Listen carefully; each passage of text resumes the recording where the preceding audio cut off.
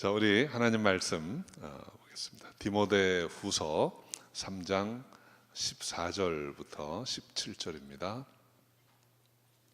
디모데 후서 3장 14절부터 17절 말씀, 우리 한 절씩 교독하겠습니다. 그러나 너는 배우고 확신한 일에 거하라. 내가 네게서 배운 것을 알며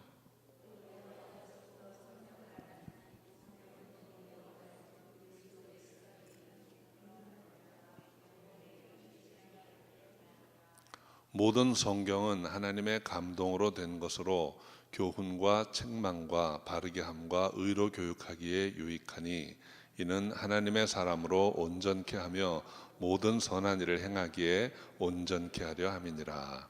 아멘. 오늘 우리가 암송할 성구는 이 디모데후서 3장 16절입니다. 많이들 이미 암송하시는 분도 많이 계실 거예요. 모든 성경은 하나님의 감동으로 된 것으로 교훈과 책망과 바르게 함과 의로 교육하기에 유익하니. 이제 한번 암송해 볼까요? 모든 성경은 하나님의 감동으로 된 것으로 교훈과 책망과 바르게 함과 의로 교육하기에 유익하니. 아멘. 한번 기도하겠습니다. 아버지 하나님, 감사합니다. 오늘 복되고 아름다운 주님의 날 전에 부르셔서 신령과 진정으로 예배드릴 수 있게 하심을 감사합니다. 우리의 마음의 중심이 주님을 향합니다. 우리에게 말씀하시고 또 말씀하실 때 깨달아 또 순종하는 축복이 있게 하여 주옵소서. 감사하옵고 예수님의 이름으로 기도합니다. 아멘. 사도행전에 묘사되어 있는 그 교회의 그 모습을 보면 네 가지 아주 중요한 말씀을 하고 있습니다. 그것은 사도의 가르침, 또 성도의 교제, 또 예배, 그리고 기도입니다. 그 교회가 존재하는 한 이 네 가지는 항상 있어야 할 터인데 그 네 가지의 기준이 되는 것은 성경입니다. 하나님 말씀입니다. 우리가 무엇을 배우건 어떻게 기도하건 어떻게 예배드리건 성경이 중심이 되지 않으면 잘못 나갈 수 있는 것입니다. 그래서 우리 기독교 신앙은 성경 중심의 신앙인 것입니다. 오늘 본문을 보면 14절에 너는 배우고 확신한 일에 거하라 그랬습니다. 아주 중요한 단어가 두 개 나오는데 배움 그리고 확신입니다. 성경 말씀을 배워야 하고 또 배운 말씀을 믿되 아주 확실하게 믿어야 한다는 것입니다. 이것이 바울이 디모데에게 거의 마지막에 지금 당부하고 있는 말씀이에요. 마치 처음 믿는 사람에게 말씀하는 것처럼 말하는데 그만큼 중요하기 때문입니다. 디모데후서는 사도 바울이 이 세상에 있는 동안에 마지막 기록한 서신이라고 알려져 있습니다. 그때 정말 사랑하는 제자, 수제자와 같은 디모데에게 너는 배우고 확신한 일에 거하라 이렇게 당부하고 있습니다. 그런데 그 14절 말씀 보면 그러나라는 말로 시작됩니다. 그러나. 무엇이 있기에 그러나라고 얘기할까요? 그러나. 이 앞에 14절의 앞부분에 보면 13절에 이런 내용이 나옵니다. 악한 사람들과 속이는 자들은 더욱 악하여져서 속이기도 하고 속기도 하나니. 세상에 속이는 일이 많이 있다는 것입니다. 우리가 말씀을 배우는 것 같은데 속는 일이 많다는 거예요. 고의적으로 속이기도 하고 고의는 아니지만 결과적으로 속이는 경우도 많이 있다는 것입니다. 진리로 검증되지 않은 내용이 마치 진리인 것처럼 가르쳐지고 있는 경우가 많다는 거예요. 여러분, 이 세상에서 이렇게 유행하는 그런 어떤 원리, 진리 이런 것들 중에는 고의가 아니지만 속이는 게 많이 있습니다. 한 30년 전에는 맞던 이야기가 지금은 안 맞는 경우가 있습니다. 세상이 변하고 환경이 달라졌기 때문에 지금은 안 맞는 얘기예요. 지금도 그 얘기를 전하고 있다면 사기치는 것은 아니지만 본의 아니게 속이는 일이 되고 마는 것입니다. 그런 것처럼 여러분, 이 세상에서 사람들이 다 그럴듯하게 여기는 원리들 중에는 아주 가변적인 것들이 많아요. 그렇지만 아무리 환경이 변하고 시간이 흘러도 변하지 않는 궁극적인 진리라는 게 있다는 것입니다. 그것은 하나님의 말씀밖에 없습니다. 세상 원리, 세상 진리는 언제나 변할 수 있는 거예요. 세상 사람들은 상식, 경험 이런 것에 기준을 두고 살아갑니다. 이런 것이 영원한 기준이 되지는 못합니다. 그러나 우리 그리스도인들에게는 변함없는 기준으로서의 하나님의 말씀이 있습니다. 그리고 그 말씀을 제대로 배우고 거기에 확신을 가지고 살아가면 우리의 삶은 요동치 않는 삶이 될 수 있는 것입니다. 그래서 이 참된 배움, 성경 말씀을 제대로 배우는 것은 참 중요합니다. 유대인들은 아주 어렸을 때부터 아이들에게 성경을 가르칩니다. 글씨를 분별할 수 있는 정도가 되면, 또 발음을 할 수 있는 정도가 되면 하나님의 말씀을 가르쳐요. 그래서 아주 유대인들, 경건한 유대인들의 가정에 보면 아주 어린 아이들부터 성경 말씀을 암송을 하기 시작합니다. 그래서 특별히 신명기 6장에 나오는 그 쉐마라는 말씀들이 있잖아요. 너희는 들으라 하고 나오는 말씀들을 다 암송하는 거예요. 여러분, 어려서부터 성경을 암송하면 하나님이 지혜를 주십니다. 그래서 여러분, 세계적으로 유대인들 중에 참 훌륭한 과학자도 많고 노벨상을 타는 사람들의 수는 압도적이잖아요. 잠언 22장 6절에 보면 마땅히 행할 길을 아이에게 가르치라. 그리하면 늙어도 그것을 떠나지 아니하리라. 그래서 또 시편 71편 17절에 보면 하나님이여 나를 어려서부터 교훈하셨으므로 내가 지금까지 주의 기사를 전하였나이다. 이렇게 말합니다. 가정에서 여러분 자녀들과 늘 말씀을 가까이 하시고, 여러분이 자녀들에게 물려줄 수 있는 것 중에 가장 좋은 것은 하나님의 말씀을 물려주는 거예요. 그 말씀을 어려서부터 늘 가까이 하고 암송하면 하나님의 축복을 누리는 자가 됩니다. 그래서 여러분 자녀 교육은 정말 중요한 거예요. 그래서 가정에서 여러분 늘 아이들과 함께 기도하고 말씀으로 양육할 수 있는 저 여러분 다 되시기를 제 이름으로 축원합니다. 왜 이 성경의 가르침 그리고 그 믿음 안에 있어야 하는가 하는 것을 15절부터 17절까지 말씀해 줍니다. 먼저 우리 15절 말씀 같이 한번 합독합니다. 또 내가 어려서부터 성경을 알았나니 성경은 능히 너로 하여금 그리스도 예수 안에 있는 믿음으로 말미암아 구원에 이르는 지혜가 있게 하느니라. 간단하게 쉽게 얘기하면 성경이 유익한 것은 예수 그리스도 믿고 구원에 이르게 되는 그런 지혜를 주신다는 거예요. 여러분, 하나님이 세상을 다 창조하시고 사람을 지으셨습니다. 그리고 사람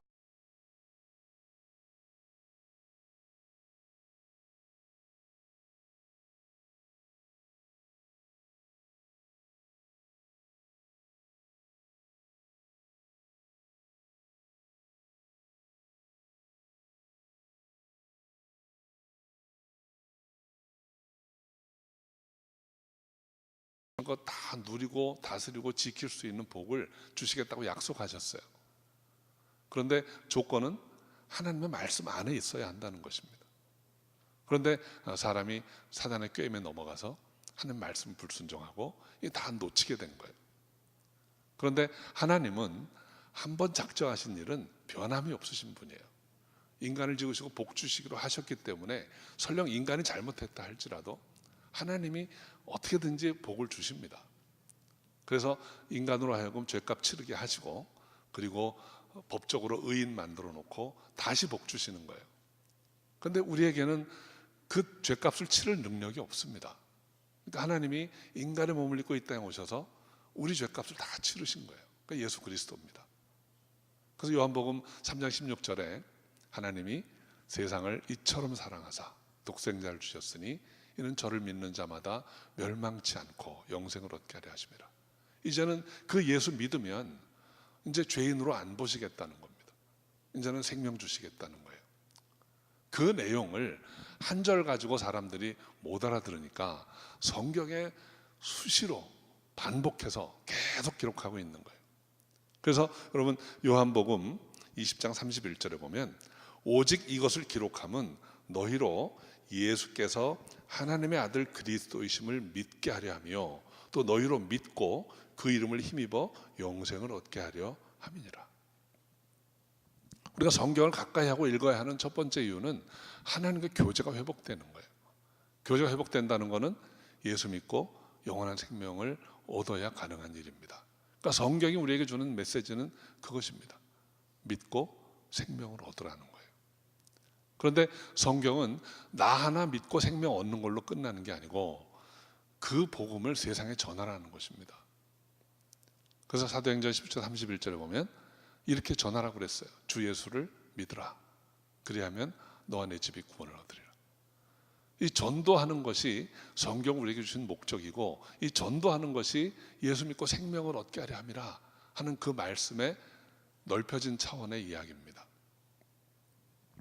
성경은 생명에 관한 책입니다. 우리가 지난해에는 이제 성경을 다 통독하시도록 이렇게 일자와 분량을 정해드렸었잖아요. 그래서 성경들을 많이 읽고 은혜 받으신 줄 압니다.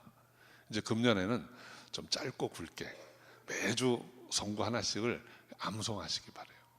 그래서 여러분 마음속에 들어와 있는 이 암송된 말씀이 능력입니다. 그러니까 벌써 우리 이제 세 번째잖아요. 요한복음 3장 16절 그 복음 우리가 다 알죠. 이제 베드로후서 말씀 은혜와 예수 그리스도의 은혜와 저를 아는 지식 안에서 자라가라. 우리가 예수 믿고 예수님을 분명히 알아야 우리가 성숙하고 성장할 수 있다는 거죠. 이제 오늘 성경에 대해서 우리가 또 한번 암송을 합니다. 한번 다시 해볼까요? 모든 성경은 하나님의 감동으로 된 것으로 교훈과 책망과 바르게 함과 의로 교육하기에 유익하니. 이 말씀을 여러분 꼭 붙들고 한 해 승리하시기 바랍니다. 이제 이 16절 말씀, 우리가 암송한 이 말씀의 의미를 조금 더 상세히 살펴보려고 합니다. 그 첫 대목은 모든 성경은 하나님의 감동으로 된 것으로 이렇게 합니다. 이거를 이제 신학적으로는 성경의 영감설이라고 합니다. 그러니까 하나님의 감동으로 되었다라는 말을 문자적으로 보면 하나님이 우리에게 호흡을 주셨다는 거예요. 그러니까 하나님의 호흡은 바로 성령이죠. 이 말의 의미는 하나님께서 성경을 기록한 사람들에게 감동을 주셔서 그들이 하나님의 뜻을 기록할 수 있게 했다는 것입니다. 이게 하나님의 감동을 주셔서 무의식 상태에서 자동적으로 뭘 썼다 이런 얘기가 아닙니다. 성경 기자들은 다 한 시대에 그 문화 안에서 자신만의 어떤 지식과 경험과 삶에 종사하던 일들이 있었어요. 그런 경험을 가지고 하나님의 감동을 받아서 이거를 기록한 거예요. 농부는 농사일을 잘 설명하면서 하나님의 뜻을 전하고, 또 율법을 공부했던 사람들은 율법과 하나님의 뜻이 어떻게 연결되는가를 전하고, 어부했던 사람은 그 어부의 경험과 자신의 지식을 살려서 하나님의 뜻대로 기록을 하고, 그래서 성령이 감동을 하셔서 그 성경을 기록한 사람들이 하나님의 뜻을 잘 적어 놓았다라는 것입니다. 그래서 여러분 이 성경을 제대로 이해하려면 성령의 도우심이 있어야 합니다. 우리가 아무리 좋은 책을 가지고 있어도 빛이 없는 어두운 곳에 들어가면 읽을 수가 없잖아요. 영적인 세계도 마찬가지입니다. 성경 말씀, 생명을 얻게 하는 말씀을 주었어도 성령의 조명이 없이 우리가 마음이 어두운 상태에서 읽으면 이게 무슨 말인지 하나도 모릅니다. 단어를 몰라서도 아니고 문장을 몰라서도 아닙니다. 여러분 성경 보면 모르는 단어 나옵니까?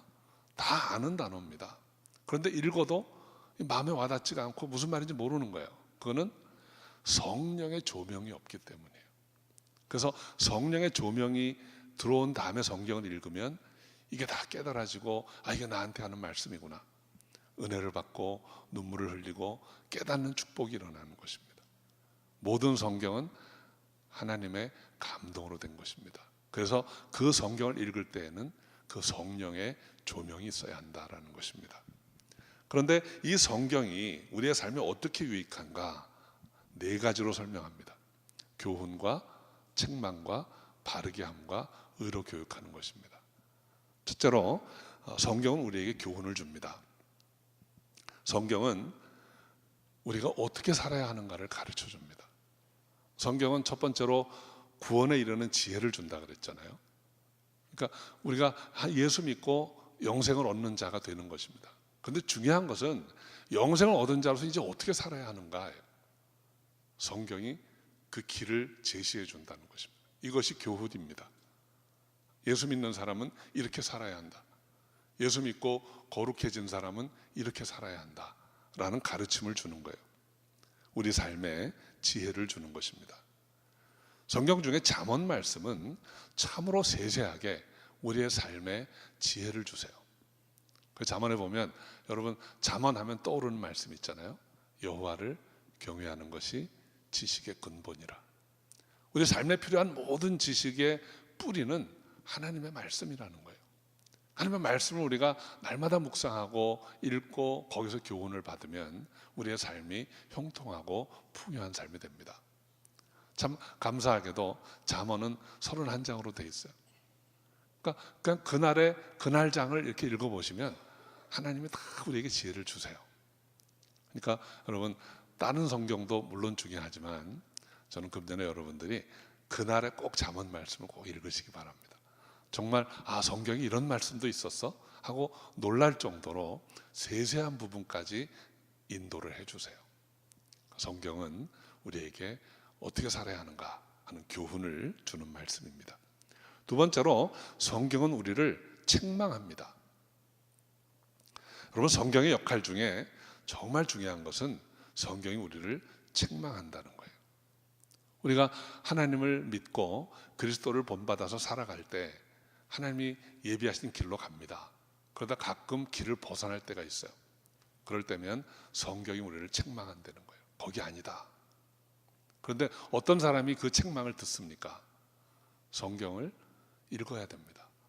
성경을 읽다 보면 내가 잘못 가고 있구나 하는 것을 거울처럼 비추어 줍니다. 구약에서 특히 역사서를 보면 여러분 역사서는 히브리 민족의 이야기라고 우리가 잘 생각을 합니다.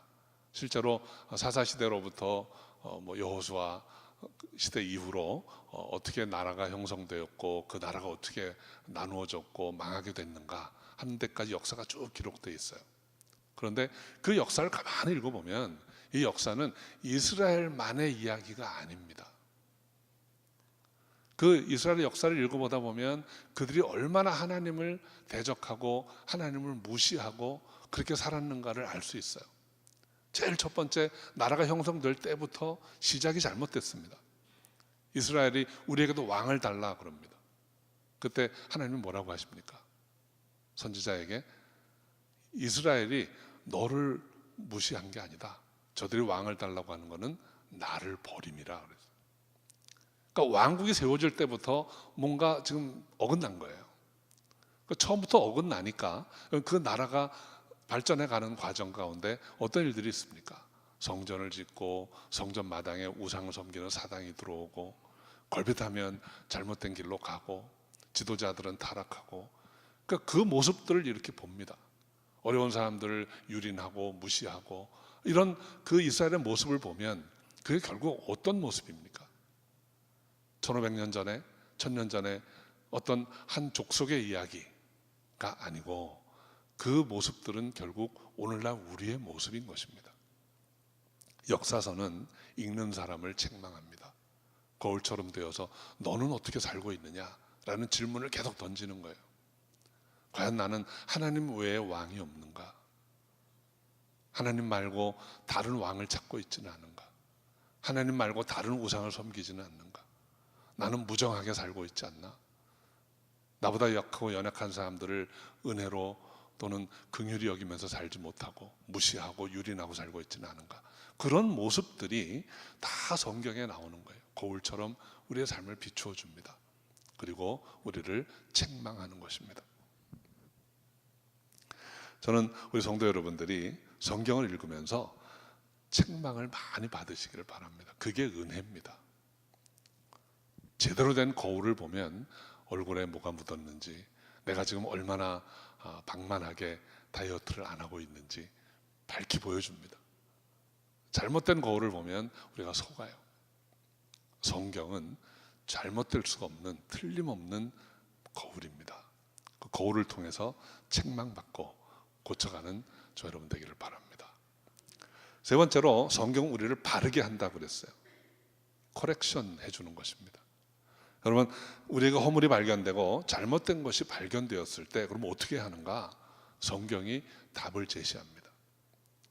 그 성경 중에서도 저는 특별히 선지서가 그 역할을 하고 있다고 생각합니다. 선지서들을 읽어보면 우리가 왜 잘못되었는가를 진단하고 지적하고 답을 제시해요. 선지서가 제시하는 답은 크게 두 가지입니다. 내가 누구인지를 깨달으라는 거예요. 내 정체성이 뭔지를 깨달으라는 거예요. 두 번째는 회개하라는 것입니다. 우리가 겪는 많은 문제들, 우리가 유혹에 넘어가고 시험에 들고 고난에 빠져 있고 하는 그 많은 문제들의 원인은 결국 우리 죄 때문입니다. 그래서 선지서에 보면 그런 말씀들이 나옵니다. 내가 아무리 부르짖어도 여호와께서 듣지 않으시는 것은 죄가 너와 하나님 사이를 내었기 때문이다. 회개하라는 거예요. 너희가 무릎 꿇고 겸비하여서 내 죄를 회개하고 자복하면 하나님이 이 땅을 회복시키신다. 답을 제시합니다. 또 하나는 정체성입니다. 내가 누구인지를 알라는 거예요. 내가 너를 지명하여 불렀나니 너는 내 것이라. 내가 너를 보배롭고 존귀하게 여기노라. 근데 우리는 자꾸 세상 사람들과 비교해보고 나는 메뚜기 같아요, 나는 안 돼요 이러면서 좌절하고 넘어져 있다는 것입니다. 그러니까 세상의 유린을 계속 당하고 사는 거예요. 내가 누구인가를 분명히 알고 하나님과의 관계가 회복되면 우리는 바르게 커렉션 받고 일어날 수 있는 거예요. 성경이 그 답을 준다는 것입니다. 네 번째로 의로 교육한다고 했습니다. 의로 교육한다는 말은 이제 바르게 된 우리가 또다시 주의 길을 벗어나지 않도록 계속 권면하는 말씀이에요. 그래서 여러분 신약의 서신서들을 보면 우리가 이제는 다시 내려가지 않고 하나님 뜻대로 살아야 한다는 것을 우리에게 분명히 여러 번 말씀해 줍니다. 저는 데살로니가 전서 5장 16절 12절 말씀을 자주 묵상합니다. 여러분 잘 아시는 말씀이에요. 항상 기뻐하라, 쉬지 말고 기도하라, 범사에 감사하라. 쉽지 않습니다. 이것은 문자 그대로 지키라는 말씀이 아니고 우리 삶의 기준을 하나님께 옮겨 놓으라는 거예요. 내가 삶의 기준이 되는 것이 아니고 나 중심의 삶이 아니고 하나님 중심의 삶이 되면 기뻐할 수 있고 기도할 수 있고 감사할 수 있는 것입니다. 내 중심이 되면 내 감정에 충실하게 살아갑니다. 하나님 중심이 되면 하나님의 진리를 기준으로 살아가게 됩니다. 그렇게 할 때 항상 기뻐할 수 있는 거예요. 그리고 언제나 기도할 수 있고 늘 감사하는 삶을 살 수 있는 것입니다.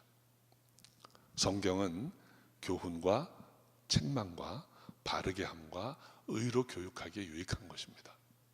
저는 이 말씀을 읽을 때마다 그 하나의 그림을 생각해 봐요. 여러분 예수님이 내가 길이요 진리요 생명이라고 했습니다. 예수님이 생명에 이르는 길입니다. 근데 예수 믿는 사람들은 그 길로 갑니다. 교훈이라고 하는 것, 성경이 교훈하는 것은 이 길이 생명길이다, 이리로 가거라 하는 것을 교훈하는 거예요. 근데 우리가 가다 보면 유혹에 넘어가서 또는 잘못된 가르침에 꾀임을 받아서 길을 벗어날 때가 있어요. 그때 책망합니다. 너 길 벗어났다. 요즘은 그 자동차 내비게이션에 그런 게 있다고 그럽니다. 차선을 벗어나면 막 난리를 친대요. 삑삑삑 벗어났다. 그러니까 이 성경이 우리의 내비게이션 역할을 하는 거예요. 지금 그거 아니다, 그 길 아니다. 그리고 이제 바르게 한다고 하는 거는 이리로 오너라, 이 길이 맞다. 어떻게 하면 이 길로 돌아올 수 있는지를 이야기해 줍니다. 내가 누구인지를 깨닫고 회개해라. 그러면 돌아오게 되는 거예요. 돌아온 사람들에게 의로 교육합니다. 다시는 나가지 마라. 다시는 곁길로 나가지 않으려면 이제는 하나님 중심으로 살아야 한다. 그래서 성경은 교훈과 책망과 바르게 함과 의로 교육하기에 유익한 말씀인 것입니다. 이 성경의 유익을 17절에서 다시 한번 정의합니다. 우리 17절 말씀 같이 읽어볼까요? 이는 하나님의 사람으로 온전케 하며 모든 선한 일을 행하기에 온전하게 하려 함이니라. 하나님의 사람의 온전함은 첫째는 영혼 구원입니다. 처음에 말씀한 것처럼 예수 그리스도를 믿고 영생 얻는 것입니다.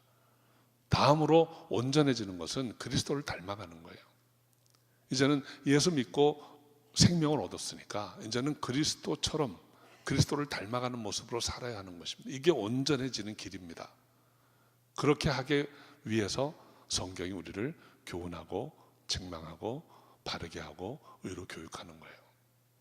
그래서 성경을 통해서 우리는 온전한 사람이 되는 것입니다. 두 번째는 하나님의 일을, 선한 일을 행하기에 온전케 하려 합니다. 하나님의 일을 하려고 하면 성경이 기준이 돼야 합니다. 우리 생각에 이게 좋은 일 같고, 우리 기준으로 볼 때 이렇게 하면 될 것 같고, 또는 우리의 양심에 비추어 보면 이렇게 하면 될 것 같고 라는 길은 많은 경우에 잘못된 길로 가기가 참 쉽습니다. 구제를 할 때에도, 선행을 할 때에도 하나님이 어떻게 하라고 하셨는가, 그 성경적인 원리를 따라 하셔야 됩니다.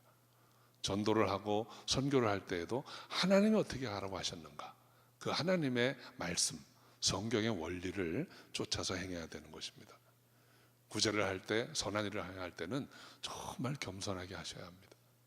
내가 돕는 자의 위치에 있다고 해서 행여라도 조금이라도 거만한 모습이 나타나게 되면 그거는 구제받는 사람을 너무 힘들게 합니다.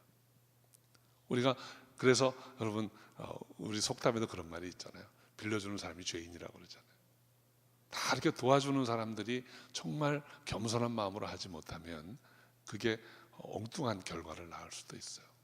그런 내용들이 성경에 다 나옵니다. 겸손해라, 겸손해라. 그런 말씀으로 우리를 가르치는 거예요. 하나님의 능력으로 모든 선한 일을 하는 여러분 되시기 바랍니다. 하나님의 말씀이 기준이 되어서 온전한 사람이 되고 하나님의 선한 일을 행하기에 온전케 되는 저 여러분 되시기를 주 이름으로 축원합니다. 금년에 우리 교회가 정말 이 전반기에 중요한 일 몇 가지를 하려고 그래요. 그 중에 하나가 우리 전도하는 것입니다. 한 가족의 날. 정말 우리가 생명 얻은 자라면 오늘 말씀처럼 이제는 전할 수 있어야 됩니다. 나눌 수 있어야 됩니다. 또 하나는 세워가는 거예요. 말씀으로 온전해지는 거예요. 그래서 우리 그동안 갈릴리 만남이라는 아주 좋은 프로그램이 있는데 이제 그 후속으로 갈릴리의 반석이라는 프로그램을 하려고 합니다. 우리의 신앙이 정말 반석 위에 세워진 집처럼 튼튼하게 세워져 가야 됩니다. 그래서 우리 2월 4일부터 우리 갈릴리 반석합니다. 저는 여러분들이 다 참석하시면 좋겠어요. 그래서 이 반석을 통해서 우리 믿음이 아주 반석 위에 세워지는 그런 축복이 있기를 바랍니다. 오늘 그 교훈과 책망과 바르게 함과 의로 교육하는 게 구체적으로 성경에서 어떻게 하는 것인지 성경 말씀을 통해서 더 다져가고 세워가는 그런 한 해가 되기를 바랍니다. 우리 사랑성도 여러분, 오늘날 세상이 참 불확실합니다. 최근에는 막 유가가 얼마나 떨어졌는지 몰라요. 가스값도 막 싸지고. 그런데 이게 또 언제 올라갈지 모릅니다. 굉장히 불확실합니다. 어제까지는 정말 좋았는데 오늘은 너무 안 좋을 수도 있고, 또 실망하고 낭망했는데 뜻밖의 또 좋아질 수도 있고, 이 불확실하고 아주 가변적이에요. 사람들의 생각도 그렇습니다. 어제까지는 너무 행복했는데 오늘은 또 우울하고. 그 모든 일은 변치 않는 확고한 기준이 없기 때문입니다. 저는 여러분이 확고한 기준을 갖고 사시기 바랍니다. 고대로부터 여러분 먼 바다로 백기를 나가면 동서남북이 분간이 안 됩니다. 땅이 보일 때는 어디가 어딘지 아는데 땅도 하나도 안 보이는 망망대해로 나오면 이제 방향을 잡을 수 있는 유일한 기준은 하늘의 별이에요. 별자리예요. 근데 별자리도 돕니다. 움직이지 않는 별, 북극성만이 어디가 북쪽이고 어디가 동서남북인지를 알게 해주는 거예요. 우리 인생의 바다가 그렇게 망망대해입니다. 다 알 것 같은데 잘 모릅니다. 그 망망대해에서 우리가 방향을 잃지 않고 목적지까지 가려면 변치 않는 기준, 하나님 말씀 의지해야 됩니다. 그 하나님 말씀 의지하시고 마지막까지 완주해서 하나님께 칭찬 듣고 축복받는 저 여러분 다 되시기를 주 이름으로 축원합니다. 기도하겠습니다.